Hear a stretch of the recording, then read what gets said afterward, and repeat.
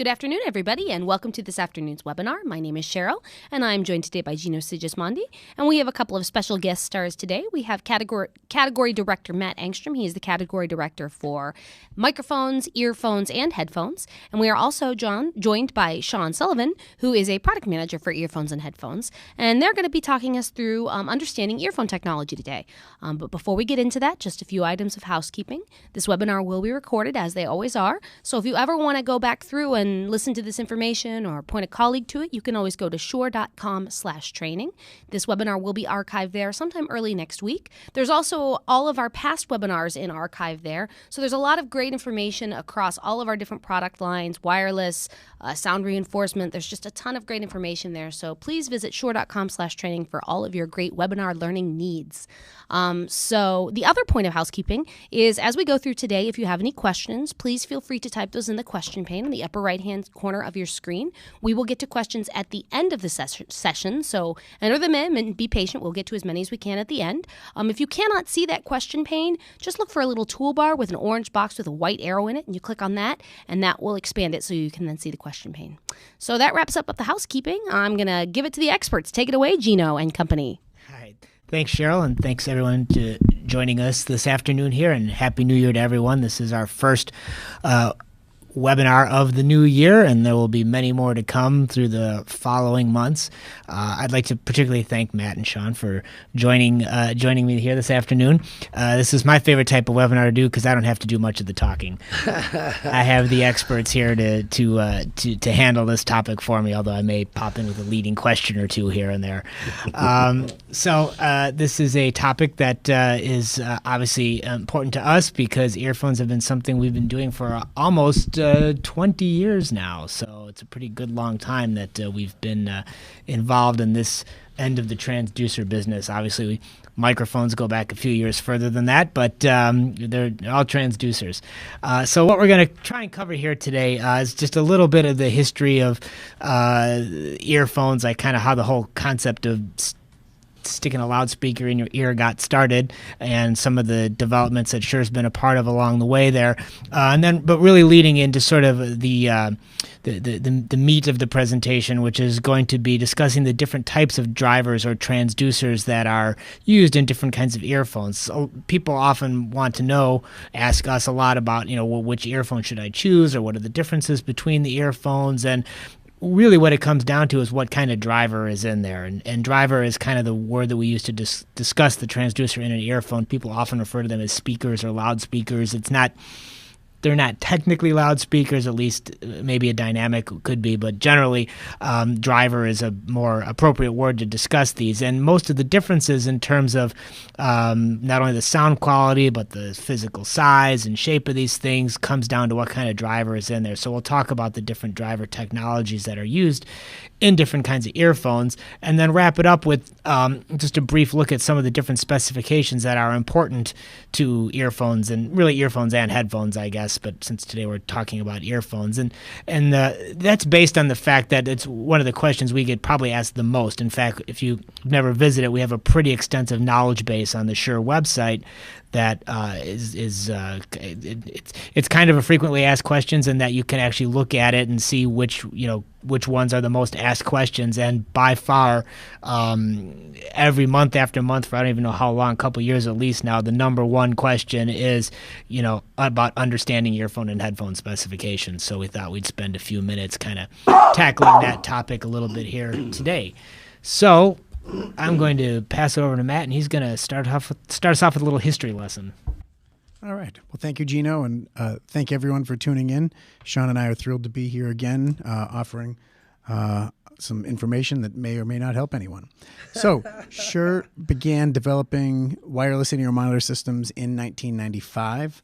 However, that was not the beginning of in-ear monitors. They had been in the market, made by several manufacturers for several years by that point. And further back, there were quite a few DIY or hand-built units assembled with various wireless technology, perhaps even going back as far as FM radio transmitters and FM radio receivers might have been the first example of a wireless in-ear monitor system. Shure got into wireless microphones in the early 1990s We had been the front end of the wireless portion of a lot of wireless systems, but our involvement ended at the end of the transducer. We realized it was a big area of growth as more and more artists wished to be wireless, and we wanted to keep our microphones atop them, and we figured the best way to do that would be to develop our own wireless systems. So that began quite a long time ago. Within a few years of us beginning to manufacture our own wireless systems, more and more requests for a top quality in-ear monitor system were coming into us.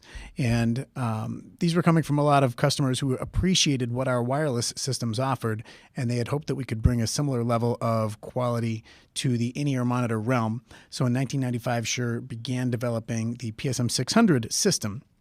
A major part of it now, but not so major back at the time, was the E1 earphone.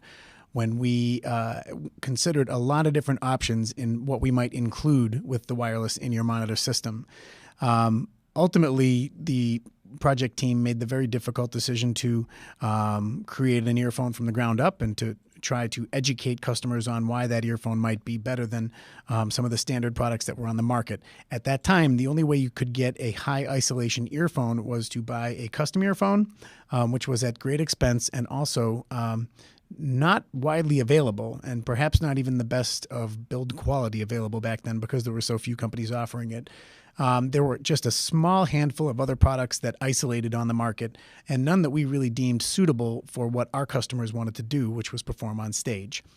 So that's how the E1 was born, out of a need to create a high isolation, high quality audio experience that was affordable and attainable to not just the very top echelon of customers.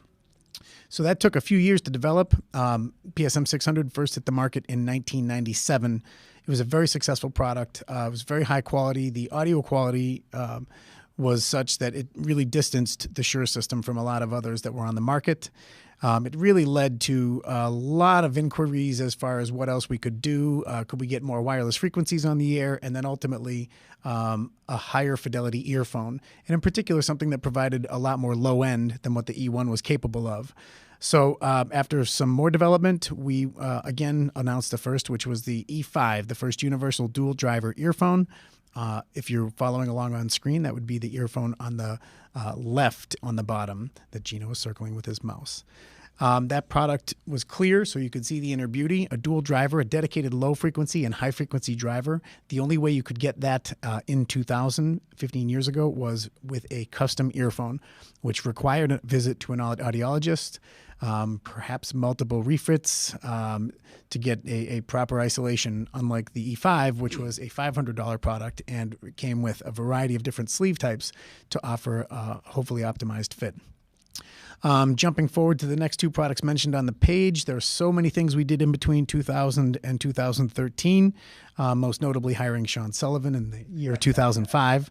But a number of other wonderful product launches led us to some wonderful other innovations. The market, meanwhile, has kind of exploded, where we often joke about the parallel between the driver wars in high-end audio and the razor blade wars. How many blades is good?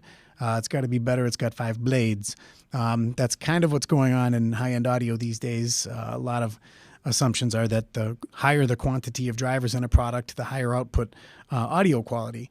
And we've never really subscribed to that train of thought. We've designed with different ideas in mind. We've had as minimalist an approach as you can imagine. That might sound odd coming from a guy who directs the category that launched a quad driver earphone. But we do have a really good explanation as to why we did that. So if you stick around long enough in the webinar, you'll hear it. And ultimately, Sean and I and the engineering team behind our most recent launch, the KSE 1500, and how proud we are to be able to sort of reset the playing field, going back to a single driver earphone leading the way for the future. So you said brief. I don't do brief well, but that definitely was history, so I was half correct. Brief. I'm impressed. So we'll move into now a little bit on the different types of transducers that are used in these earphones. And Sean, take us away. Absolutely. Thank you very much. So there are 4 major types of driver configurations for in-ear monitors, or in-ear earphones. The most common being the dynamic driver. A dynamic driver is something that most people are familiar with when they think about a speaker cone in a floor standing speaker and a car speaker. Functions the same way. You've got a magnet with a coil and a diaphragm, and as that current moves through the coil of wire, of copper, the magnet moves, pushing the speaker cone, creating vibration, moving air, creating sound. That's probably the most common kind of speaker, and probably the first type of speaker that was used in earphones in general. It has a very natural, warm, comfortable sound without any extra acoustic treatment post-driver. So the sound that comes directly out of that driver is traditionally fairly pleasing to the ear without too much shaping afterwards. It's also probably the type of driver that you find in the most inexpensive earphones. That is the driver also, that's the technology that's in our SE215 driver, our SE215 earphone. And if you've ever heard that, you'll know what I'm talking about by that nice, pleasant sound. A balanced armature is another type of driver or speaker technology that was initially developed for the hearing aid industry. And one of the benefits that you get with an armature driver is the fact that it can be made incredibly small.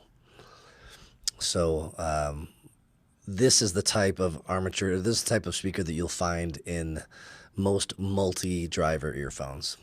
Like, these days we've got earphones in the market that have up to 12 drivers in each earphone, in each earpiece.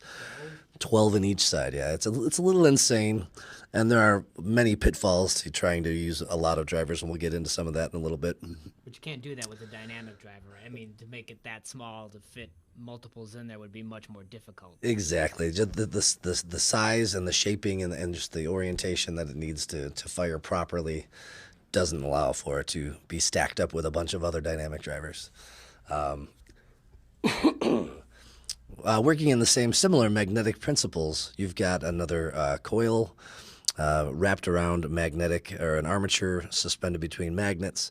As that current changes, this reed moves up and down, pushing a pin that drives the diaphragm. You can see the little diagram there on the screen.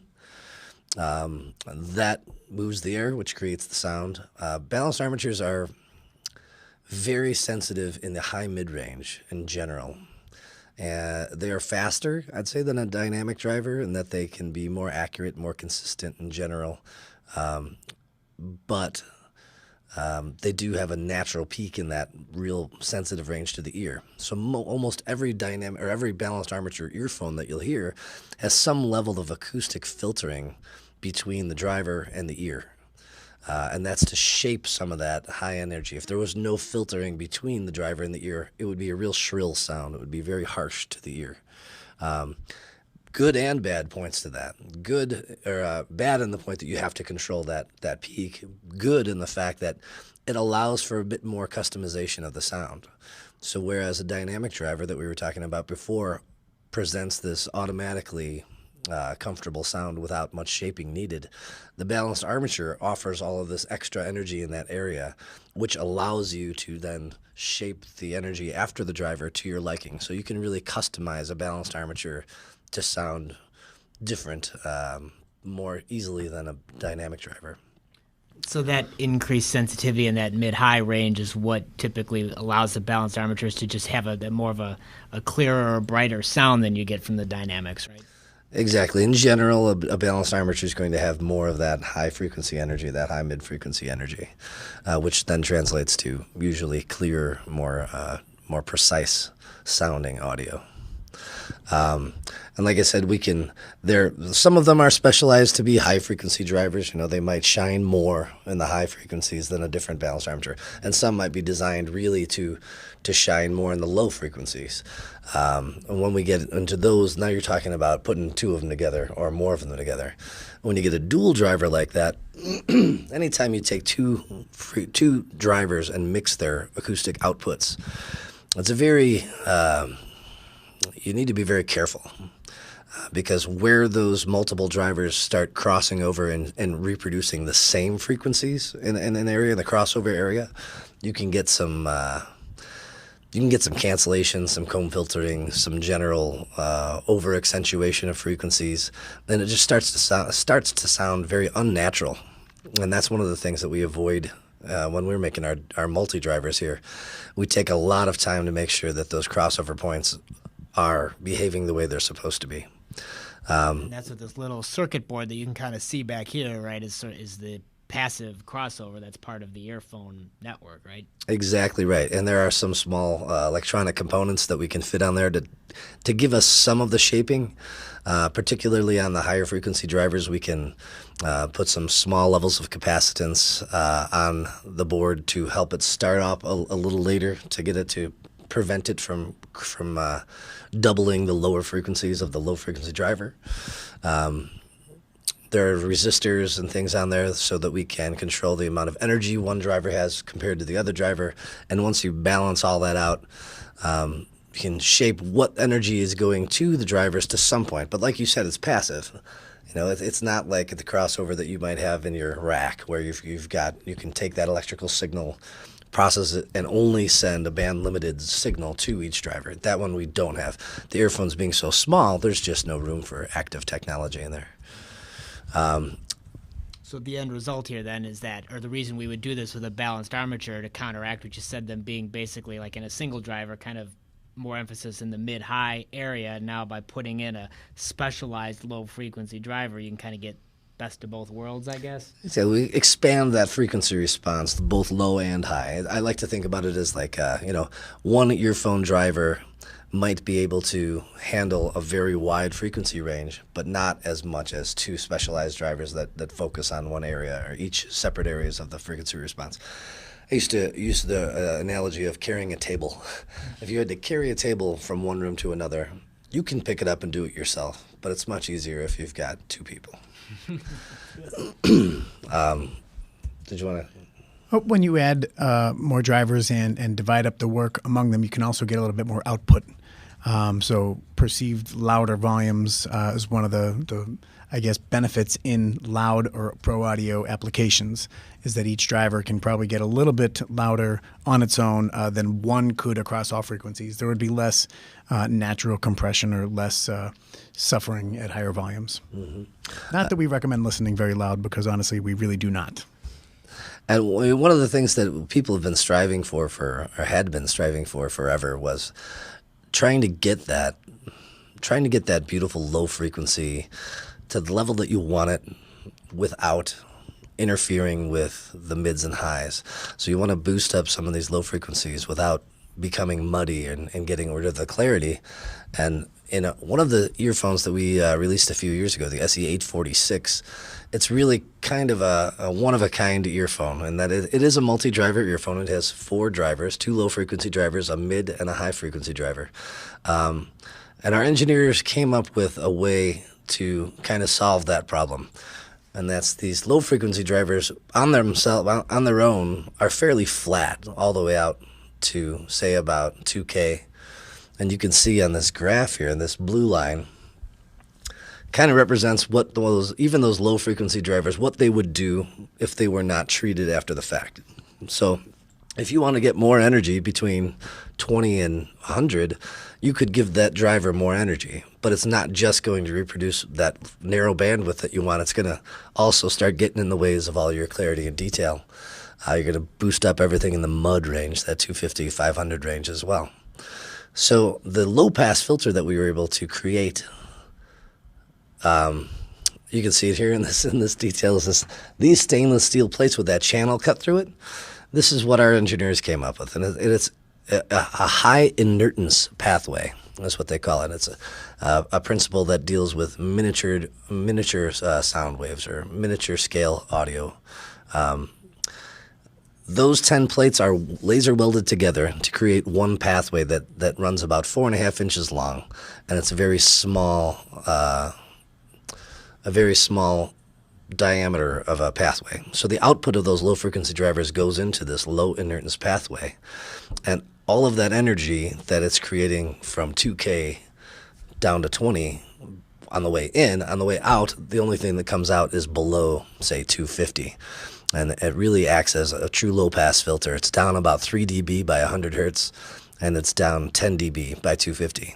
And what that allows us to do is to give those low frequency drivers some more energy, and you get this true, beautiful, low frequency, and then it gets out of the way before it starts getting into that mud area or start bleeding into taking out your clarity and detail.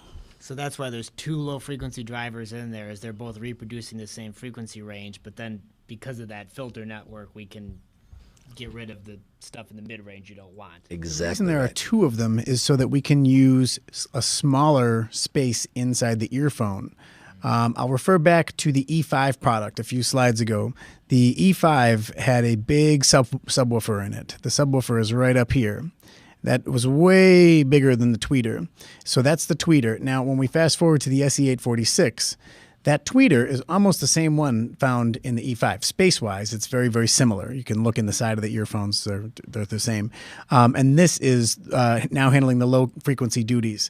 It's a very similar sonic output to what the E5 subwoofer was capable of, although this one has the shaping. Only this one has a much smaller footprint. And that way we have a little bit more space for the mid. So how do you fit four drivers inside an earphone?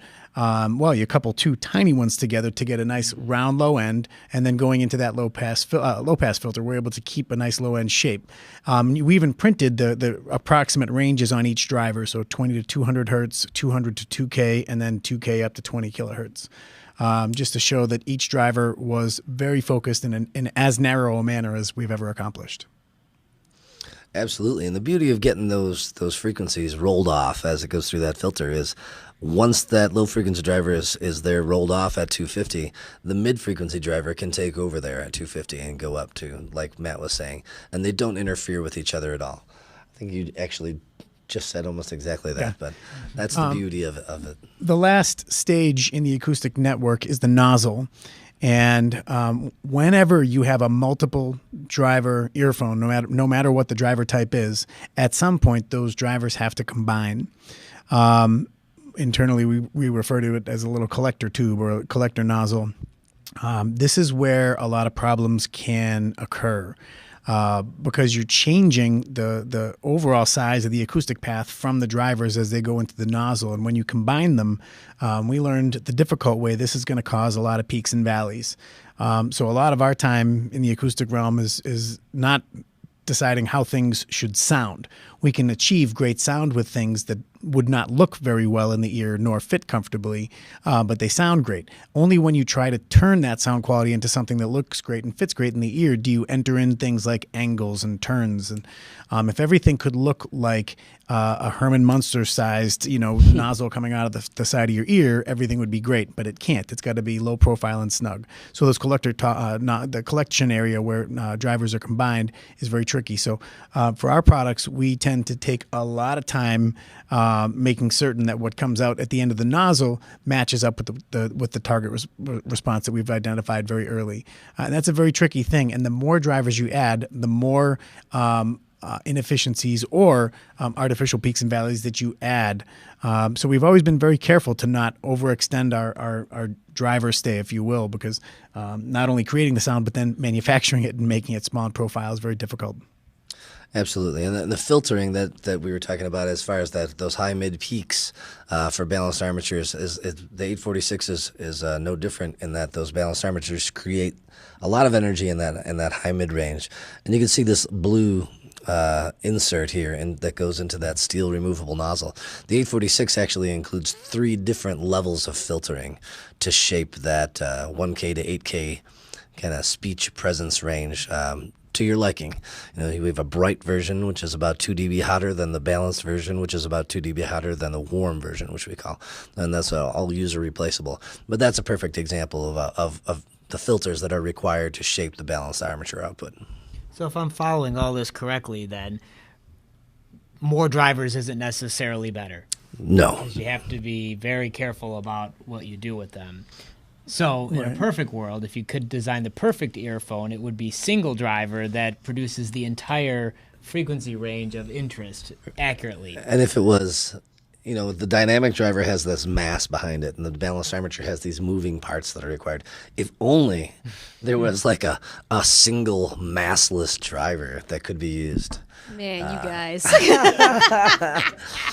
That leading question. Oh man, that was. I was waiting for the question. There's no question. Go.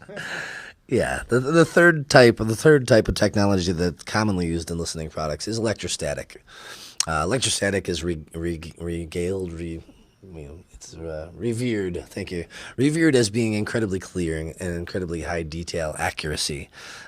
Companies like Stax and some of the floor standing towers, they've been around for a long time. The electrostatic technology has been around for about 100 years. If Wikipedia is to be believed. Am I right? This, however, is the first time, the KSE 1500 electrostatic earphone system, it's the first time that electrostatic has been brought into a sound isolating earphone. So traditionally, electrostatic is over-the-ear headphones, which are large diaphragms that are connected to amplifiers that need to be plugged into the wall, or floor-standing speakers that are powered by high-voltage amplifiers. Not very portable. Not portable at all, right? And the most, almost all of them are open back, which adds to the non-portability of it. They sound amazing, and people love it. I mean, they're incredible sounding products. They're just limited in where you can use them, and So you just need to be able to sit in a quiet room exactly to listen to your music. exactly, which is Because wonderful. we do that all the time Yeah, in sure. this day and age. Nobody's ever on the go. My car. But this KSE 1500 brings that electrostatic performance and allows you to take it with you, which is, man, it's a goal that we had. What was it? 8 years ago when we came across the possibility of doing this, and in the last 8 years, we finally feel like we've gotten it to a point where it meets the highest standards of portable audio these days, and we really are just incredibly proud to be able to put that performance into the portable audio world. Well, as we talked about this earlier, all of the transducer types that we've been covering have something in common in that they can both capture sound as a microphone or produce sound as a driver or a speaker. Dynamics are by far the most common, especially in headphones. But we asked the previous audience, so we should ask again. If I certainly did this, has anyone ever used a headphone as a microphone? So there's the raise your hand icon in the. Raise your hand in the webinar if you ever used a headphone as a microphone. Yeah, I'm fondly reminded of my Tascam Porta Studio 424 days back in the early 90s and stringing up two of them together and still being out of microphones and remembering that if I half plugged my headphone in, it would act like a microphone and sticking that in the kick drum and defined my sound as a studio engineer. Just kidding. We've got about 6 people raising their hands, so. So the same applies to, believe it or not, ribbon microphones and even condenser microphones. And so we certainly weren't the first company to take a condenser microphone, turn it in reverse. But our engineer had the idea to do it on our sound isolating platform because we had really back then, by probably about 2007, grown our business and really had some success in delivering products that people wanted to buy. And that first hand-built prototype was certainly dangerous and interesting.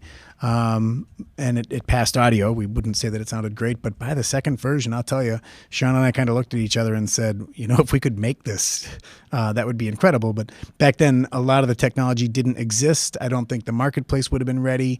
And we really had hopes to put that in our PSM system at the time, thinking that that would be the best delivery of audio for our PSM customers. And so that was sort of the beginning of putting our electrostatic system into a portable form factor. Yeah, in 8 years of development, I mean, we started off, as Matt said, trying to make this and putting it into a stage use. It took a long time to take this large format breadbox amplifier and this really crazy Frankenstein kind of mad scientist looking earphone prototype and make it into something that, A, kept that same sound that we fell in love with immediately, and B, was comfortable, durable, looked good, and was portable. And portable, when we started, meant an amplifier that had a line input and an amplified output. As we went through the development stages of this, all of these portable devices now providing digital audio outputs over the last few years. So we said, all right, we're going to include a DAC. We need to include a high-res DAC to build into this device. DAC is a digital audio converter. Thank you, Matt. So the amplifier on this device features compatibility, digital compatibility for USB devices such as Mac and PC or Android or iOS devices. So you can take that conversion directly in from your device directly and have the conversion on board in the amplifier. Also has a 4-band parametric equalizer built into it. This was a necessity, as we were talking about the 3 levels of customizability from the 846 that were so popular and so appreciated. I think when you're going to spend a bunch of money on a device that you want to be able to have control over the sound of it to some extent, or to the most extent possible, the popularity of that customizability in the 846 really gave us the nod that we needed to even take that bar and raise it higher with this product. So the KSE 1500 earphone system features a onboard 4-band parametric equalizer that allows you to set frequency, amplitude, and Q value for each of the 4 points. 2 shelves on the ends and 2 peaks in the middle. Really allow you to customize that sound and make it sound like anything you want. And it particularly for the pro audio guys. Go ahead, Matt. Oh, what I was going to say is, for myself, I'm not a fan of EQing. I rarely do it, and I really love the natural sound of this thing. I fell in love with it. But one thing that has been very clear to Sean and I over the years is that people hear very differently from one another, and they expect and perceive things all to themselves. And this was meant to give that control back and to those who might want it, or to compensate. Mm-hmm. Recordings from all sorts of different generations might have different characteristics, and there has never been such a powerful tool to deliver that as this electrostatic platform. So the EQ combined with it is meant to really compensate for people's variations in hearing or preference and source material over the years. Absolutely, and the capabilities of electrostatic technology really they can accentuate some points that you don't necessarily want to be accentuated at some point. Certainly can. The speed is unrivaled of that transducer. And this is a great slide to go to, that correlation one. Oh, unless Gino wanted to make another. I want to jump back just 1 minute here, because I think you mentioned a great point, which is very similar. It's kind of the earphone version of a condenser microphone. But just for those who may not know what that means, could you explain a little bit about what's going on here in the diaphragm to... Sure. Like we were talking about before, the dynamic drivers and the balanced armatures and all the moving parts. All of those parts, they take more energy to move. They can't move quite as fast as perfection. Perfection would be something that has zero mass and is just moving air, just sound happening, right? Impossible. The electrostatic driver is as close to that as we can get. We're talking about a small film of mylar, which is essentially weightless, with a conductive coating on it. That mylar is then suspended between 2 conductive stator plates that are creating an electrostatic field between them. And as that electrostatic field, which of course is zero weight, it's literally just air with a charge in it, as that modulates, it moves that almost weightless diaphragm back and forth, creating sound. The moving parts of a dynamic driver, I like to use an analogy of trying to take a bowling ball in your hand and shake it as fast as you can. Now it's a little difficult because of the weight. Now, when you compare that to, say, a ping pong ball, it's much easier and you can move it much more accurately and quickly. Similarly, the electrostatic driver, being nearly massless, can react so fast. It has an excellent transient response, which equates to incredible accuracy and clarity and detail. It reproduces almost perfectly the source material. And you can see on this correlation graph that Gino just brought up, that first blue peak there is a correlation graph of a section of music, say about 10 seconds of music, that was recorded. That is just the electronic signal, the electrical signal measured against itself. So that blue line there represents perfect correlation. The KSE 1500, that is the measurement of the KSE 1500 reproducing acoustically that electrical signal. And you can see how amazingly close it is to perfection. when compared to this multi-balanced armature driver here, the SE846, which is in its own right an incredible earphone. People have talked about how wonderful this earphone is, and it really is. But Without bias. Yeah, pardon me for being a little biased. Get it? Yeah. But that this just goes to show that even no matter how great and accurate that SE846 is, the KSA 1500, that nearly massless diaphragm, really allows it to be even that much closer to perfection. But then, like a condenser microphone requires power and requires additional electronics, same thing. So that's part of the, I mean, we didn't just come up with an amplifier for this because we thought it would be cool and, hey, let's put some stuff in it. Regardless of all of that, you would have needed this. Exactly. Any electrostatic transducer is going to require a power source of some kind. It works on, and rather than a traditional driver, which would be more high current, low voltage, this is just the opposite. This is more of a high voltage, an incredible tiny amount of current. But it does require a power pack, like any electrostatic does. And this one happens to be incredibly portable, which is, like I said, one of the things that makes it one of a kind. Okay, so let's move into just a quick overview of some of the important specifications that someone might consider when looking at an earphone, because, again, this is a very frequently asked question on our website. What we're going to go over here real quickly is frequency response, sensitivity, and impedance. And let's start with frequency response versus frequency range, which I think is something we always feel a little more comfortable talking about, actually. Yes, we've always kept the definition of our specification in the frequency range realm. We have not ever published frequency response information. Frequency range, simply, as you state here, two numbers that represent the range of the sounds the device can produce, so from the lowest to the highest, within reason. We don't even specify a plus or minus degree on that. So I usually refer to it in layman's terms as the usable range, the usable audio range, that which you could rely on.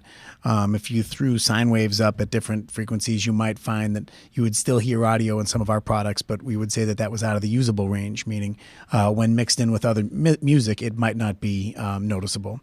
Versus frequency response, which would show you the path. Sean had a great analogy that said you want to get from Boston to California. Well, that's your range, but the response is more the map or how you got there, or whether you went through Canada or Mexico. So you would start and end at the same place, but you would have a completely different looking line of how you got there. And those are very, very difficult. In microphones, we have some nice established standards. Many companies use the same type of test. So when you show a frequency response of a microphone, oftentimes there is decent correlation from manufacturer to manufacturer. This does not exist in headphones or earphones. Instead, we maintain our own testing standards and procedures. A lot of ours are for development and manufacturing purposes. So throughout development, we will watch the certain frequency responses of things as we develop them. And then when we get into manufacturing, we're able to watch that and ensure that our products are manufactured to the same standard. Any deviation is not acceptable. So for us, the testing that we do is often for internal purposes, and that's why we don't publish frequency response information. You might find places that show responses. Some of them might be reliable if you compare a number of products from that same source. Now, if you find multiple places that are doing frequency response graphs and start comparing those, that's when you'll notice some of the differences and anomalies. And really what you find out is that they also have problems in coupling microphones and earphones, or microphones and headphones. And what this causes is more comb filtering or peaks and valleys in the response, and you have these dead zones. So we don't really trust a lot of the response information that gets published from outside companies, but some people have found them useful. So it is worth noting as well that not only does the measurement techniques from company to company not necessarily match up, but your individual ear canal plays a huge role in what you're hearing. And we can't give you a curve that shows you what the earphone's going to sound like in your head. Absolutely not, right? That's what I always tell people is don't get too hung up on this. You can look at the range and get an idea of about how low it goes, and something that can go down to 20 hertz is probably going to have sound like it has more lows than something that only goes down to 100 hertz, obviously. But really, listen to it. Do you like how it sounds? Then don't worry so much about how it looks on paper. Agreed. And again, one of the reasons why we don't publish response. What about sensitivity? Sensitivity. Well, let's see. It's a combination of a lot of different parts that ends up in a mathematical equation saying amplifier output plus specification of driver equals a volume of such. So 3 different examples of earphones. Earphone number 1, 113.5 decibels, sound pressure level per milliwatt. So again, this is a number that is fully dependent on the volume setting and power capability of the device that you're plugging into. So generally, in terms of sensitivity, lower numbers means it's not going to get as loud as something with higher numbers, trying to be as basic as possible in that. So quite honestly, earphone number 2 is 8.5 decibels less loud at 1 kilohertz. All of these specifications are relative to 1 kilohertz, and they will change from lower to higher frequency, lower frequencies to higher frequencies. So that dBSPL per milliwatt rating is not consistent from the lowest low frequencies to the highest high frequencies. Lastly, earphone number 3 is going to be 8.5 decibels higher output at 1 kilohertz relative to earphone number 1. So I'm not sure if I'm answering the question or giving good information here. I mean, I'm just sort of speaking about earphone efficiency. sensitivity. Also, in general, it should be noted that, in my experience at least, I've never seen an earphone that was too difficult to drive far past its over loud. A sound isolating earphone. Sound isolating earphone. Another point here to make, which Good point. it's kind of not to be facetious, but I don't want to say the specifications don't matter. But again, most earphones are somewhere in the range of where they need to be, and louder is not necessarily better. Like, the danger with numbers is sometimes people would look at this and go, well, earphone number 3 must be the best because look at that, look at how much louder it is than the other 2. And it's like, well, it is more efficient, and for a given output you will get, signal from your amplifier, you will get more output from the earphone, but that generally doesn't mean that it's better. Absolutely, and particularly, like you said, that's at 1 milliwatt. That's not like a max SPL or anything. Max SPL in these things is way, way above the threshold of pain. Which is what you see in the area in the red here is kind of the danger zone when you start getting into how long you can listen to earphones at a certain level. So if we look at, say, you put a milliwatt into earphone number 3 and get 120 dBSPL out, that is above the threshold of pain, and OSHA doesn't recommend you be there for any longer than 7 minutes. So, and that's in a day. That's not in an hour. That's in a day. That's your daily exposure. Daily exposure to that kind of sound pressure level, right? So again, louder is not necessarily better. Could be useful, but then you better be careful. And so especially useful for in-ear monitors for on-stage use because we can do some non-exact math and say that if we're going to isolate up to 37 decibels, which that's not across all frequencies, so we'll go very conservative and say we're going to isolate 20 decibels. Even though we would hope that the average isolation is that or more. So we're at a rock concert of 115 decibels and we're on stage. So it's probably a little bit louder than in the audience because you're right next to the drummer. So we'll say it's at 120 dB or the threshold of pain. So immediately you're going to isolate 20 decibels by using an isolating earphone if you're using it properly. Now you're up to the 100 decibel level, but you've also got to compensate. You've got to turn up above. So in your ear, it's still 100 decibels if you're isolating 20 decibels. So you would want to turn it up a little bit. And this is basically the same as signal to noise, the noise being the outside sound that you are attenuating by wearing an isolating earphone, and the signal being your transducer on the inside of the ear.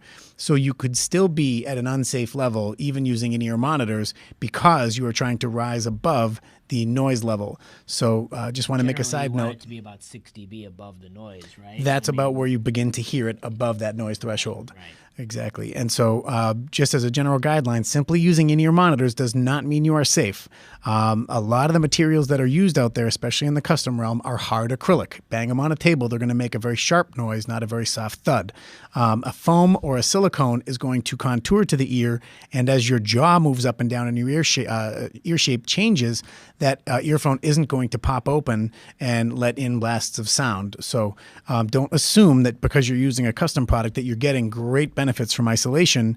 There are ways to get that tested. Certain audiologists have ways of testing how much isolation you're getting.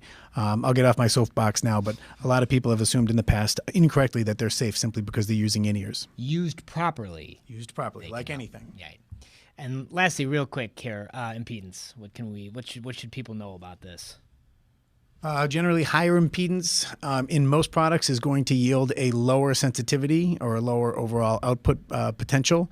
Of course, that's not an absolute rule, but that's a general rule. And a lower impedance in general is going to lead to a slightly higher output or a higher sensitivity across a multitude of devices. And that's partially dependent on the impedance of the device itself, right? So that factors in, especially with regard to the shape of the sound or the texture of the sound. If there's some impedance mismatching, there might be some sacrifice. For example, a very, very high impedance headphone, something like 600 ohm headphone, plugged straight into a first generation iPod. If anyone ever did that, they would understand that's not a good experience. Very weak output. You're really testing the output power of that old iPod headphone amp. The flip side of that would be very powerful amplifiers of today and super efficient little earphones that once you get that amplifier to setting 1, you're kind of blowing your ears off. And that would be a very high impedance amplifier and a very low impedance earphone. Mm-hmm. Yeah, the goal of most of these, the best headphone amplifiers we've seen these days, the lower the output impedance, the better. I mean, a perfect headphone amplifier essentially would have 0 impedance output. That's an impossibility, of course, but the lower you get, the safer you are as far as being able to cover all levels of low to high impedance listening devices. It's pretty safe to say that with most modern audio equipment, again, most earphones are going to be matched pretty well with that. So as long as you're not using some esoteric piece of strange, arcane gear that might have a very high output impedance on its headphone amp, in general. Yeah, but they do exist. We get calls. They do, it's not uncommon, especially now that we've entered into the realm of very expensive earphones, to say the least. Right. Also want to point out that impedance is usually measured and specified at 1 kilohertz, and impedance will change from low to high, especially across driver types. Dynamics tend to be very linear in their impedance across a lot of frequencies. Armatures have a little bit more of a shift to them. So the thing to watch out for, again, would be that if your output impedance of the device you're connected to is too high or higher than would be expected for this kind of earphone, the earphone just seems to be not as efficient then. It seems too quiet. Right? Yeah. And it'll literally change the coloring of the sound. You'll end up getting a boost in some area. If the impedance gets too close. Yeah, based on the impedance curve of the earphone itself. Each of these earphones have an impedance curve that it's not flat across. The measurements we see at 1K, if you see an earphone that's like our SE846, for instance, it's stated as 9 ohms at 1K, but it fluctuates from all the way from the lowest frequency to the highest frequency, and its curve is pretty radical.